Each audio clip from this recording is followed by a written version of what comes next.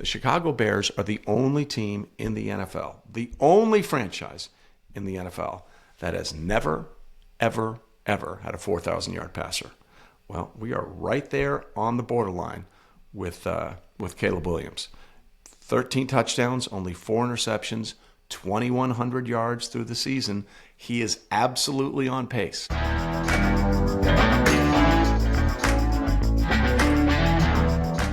Well, it was a pretty interesting Sunday in the NFC North as the Bears come from behind to take care of the Giants at Chicago 24-20. And then we have the Detroit Lions who made a coaching change, and boy, did it reap benefits. Let's start with the Chicago Bears. The Chicago Bears are now 6-3, 3-1 at home after coming from behind to take care of the Jackson Dartless at the end, New York Football Giants 24-20. And Caleb Williams didn't play great through the first 3 quarters. You don't hand out final scores after 3 quarters. You hand out final scores after the 4th quarter or sometimes overtime. And in that 4th quarter, he was great. Chicago scored the final 14 points of the game, including a field goal with 10:19 left. And, they found a way to get it done. Now, it's not going to go down in the annals of history as one of the great wins in the history of the Chicago Bears, but it might be a hugely significant game for this version of the Chicago Bears. Caleb Williams came out with all these high expectations a year ago. Everybody who had the number 1 pick in the draft, even though Jaden Daniels was also in that draft and has played well despite the fact that he's had a myriad of injuries this year, everyone would have picked Caleb Williams. And right away, in the first year, his rookie year, there were some things that were concerning. Holding on to the ball too long. Obviously, the coaching staff led by Matt Eberflus was holding him back. They changed coordinators during the season before eventually letting Matt Eberflus go after that disastrous game against the Lions on Thanksgiving. And people were beginning to have doubts about Caleb Williams. And at the start of the season, I remember the first drive of the year in that Monday night game against Minnesota, people were like, whoa, Caleb has figured it all out. Zip, zip, zip down the field. Then they played the rest of the game, and Caleb didn't play well. J.J. McCarthy played well, and my former employer put up a topic for discussion on one of their morning shows after one game. Who would you rather have, J.J. McCarthy or Caleb Williams? After one game. Of course, now they're not doing that anymore because JJ's played good, JJ's played bad, JJ's played good, JJ's played bad, JJ's gotten hurt. And, of course, Caleb Williams has continued to do the slow thing. There are people that skyrocket. There are the Patrick Mahomes of the world, and they come in by storm. His first year as a starter, he threw 50 touchdown passes. Only 2 other guys can make that claim in the history of the NFL, and they did not do it in their first year as a starter in Peyton Manning and Tom Brady. Some guys, and most guys, take a little longer time to adjust to the situation in the NFL.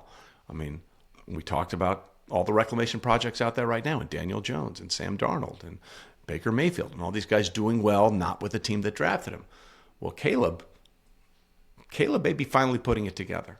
And Ben Johnson has done an amazing job. After a rocky start, this team is now 6-3, and they are very much in the hunt for everything that's going to be happening in the NFC North down the stretch of the season. And Caleb Williams' development with Ben Johnson is a big, big reason why. You're beginning to see it. And it's not always going to be there. It's not always pretty. But what I took away from the game against the Giants is when it mattered the most, Caleb Williams was at his absolute best. And yes, I understand that Jackson Dart leaving that game with a concussion changed the offensive capabilities of what the Giants were able to do. But you can only play who you can play. Like, I do hate it when people say, oh, their schedule is so soft. All right, well, do you want them to lose to soft teams? I mean, you want a good team to beat up on bad teams, right? So that's what happens. And you want a team to win against bad teams. That's what you're supposed to do. So their schedule is what the schedule is. And Caleb Williams and Ben Johnson might be figuring this thing out together in real time, and it's a lot of fun. And keep this in mind. The Chicago Bears are the only team in the NFL, the only franchise in the NFL that has never, ever had a 4,000-yard passer. Well, we are right there on the borderline with Caleb Williams. 13 touchdowns, only 4 interceptions, 2,100 yards through the season. He is absolutely on pace. And I know on pace sometimes is the worst thing to say. He is absolutely on pace to be the first Chicago Bears quarterback to ever throw for 4,000 yards and taking the mantle of the most passing yards in Bears franchise history in a single season away from Eric Kramer, who has had that for a long, long time, since the mid-'90s when he was slinging it for the Chicago Bears, or early '90s, actually. Caleb Williams is on the rise. Ben Johnson is on the rise. The Bears are on the rise. It's coaching and the quarterback that are getting it done in Chicago. Now, speaking of coaching and quarterback getting it done, there's another team in the NFC North that is doing that in a very different way, and that, of course, is the Dan Campbell-led Detroit Lions and their quarterback, Jared Goff. Now, the Lions have been sort of up and down the last couple of weeks. They had that loss against the Vikings, which obviously didn't sit well with Dan Campbell, so he made some changes. He made some changes this offseason, or this week, rather, and he said, you know what? I don't like the way the offense is going. I'm the guy. I'm in charge. He took over play calling duty from John Morton, who wasn't his first year because Ben Johnson, who was the offensive coordinator, left, and as we just told you, was doing great things with the Chicago Bears. But what we saw in this game was really, really interesting. John Morton had struggled as the offensive coordinator, and Dan Campbell decided to take over. And I loved his interview. He said, I've decided to take charge of that. It's a collaborative thing, but I'm in charge. And that's what a head coach can say, right? It can be as collaborative as the head coach wants it to be because it's his call. So I have no idea how collaborative it actually is, but Dan Campbell's going to make that the way he wants it to be because eventually, if it doesn't go the way that it should be going for the Lions, Dan Campbell's the one that's out of a job. And so to make sure that you have the job you want and you want the team performing the way you want, hell yeah, take over if that's what's necessary. And boy, did they take over in this game, 44-22 over the Washington Commanders. And you just look at the numbers more than anything else. 30 first downs to 14 for Washington. Total yards, 546 to 288. Time of possession in this game, 32-27.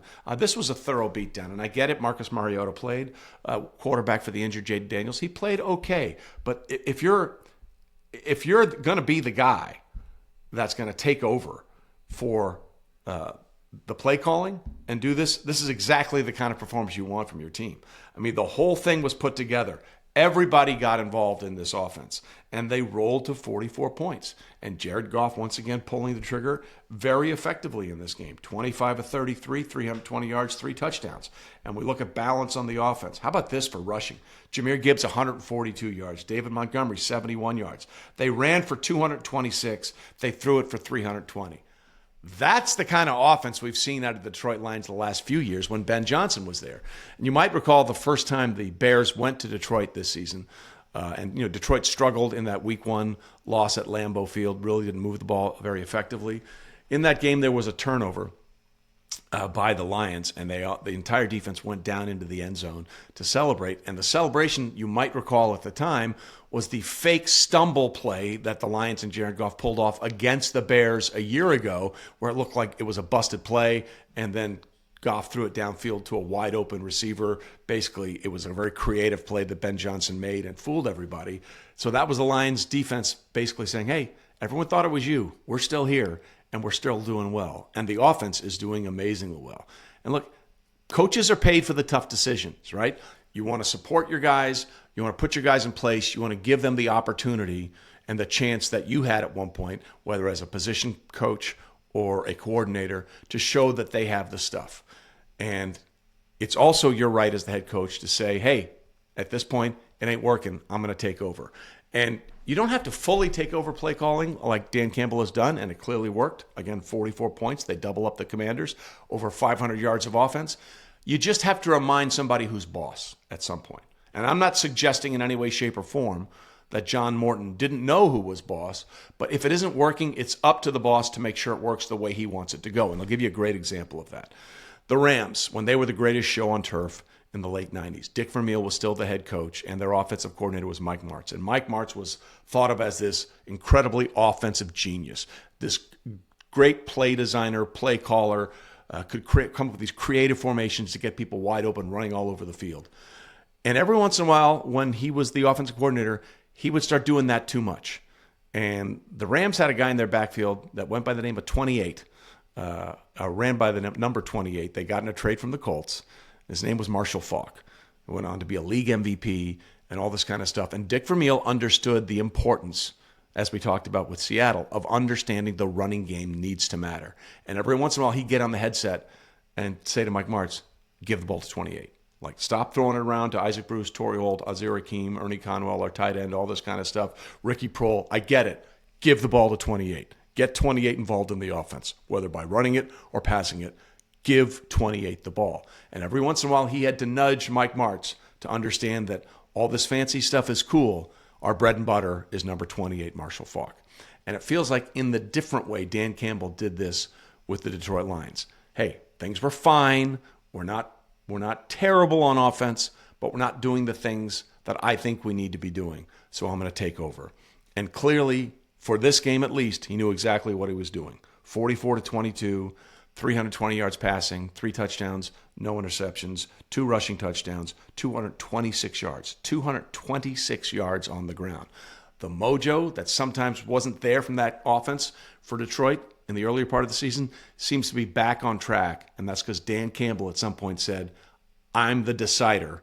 It stops and ends with me, and I'm going to make the call on what plays we're going to run. And it'll be collaborative to the point that I want it to be collaborative, but no more collaborative than that. The Lions are back on track because Dan Campbell has said, give me the damn thing. I'm running this show. That's straight facts, homie.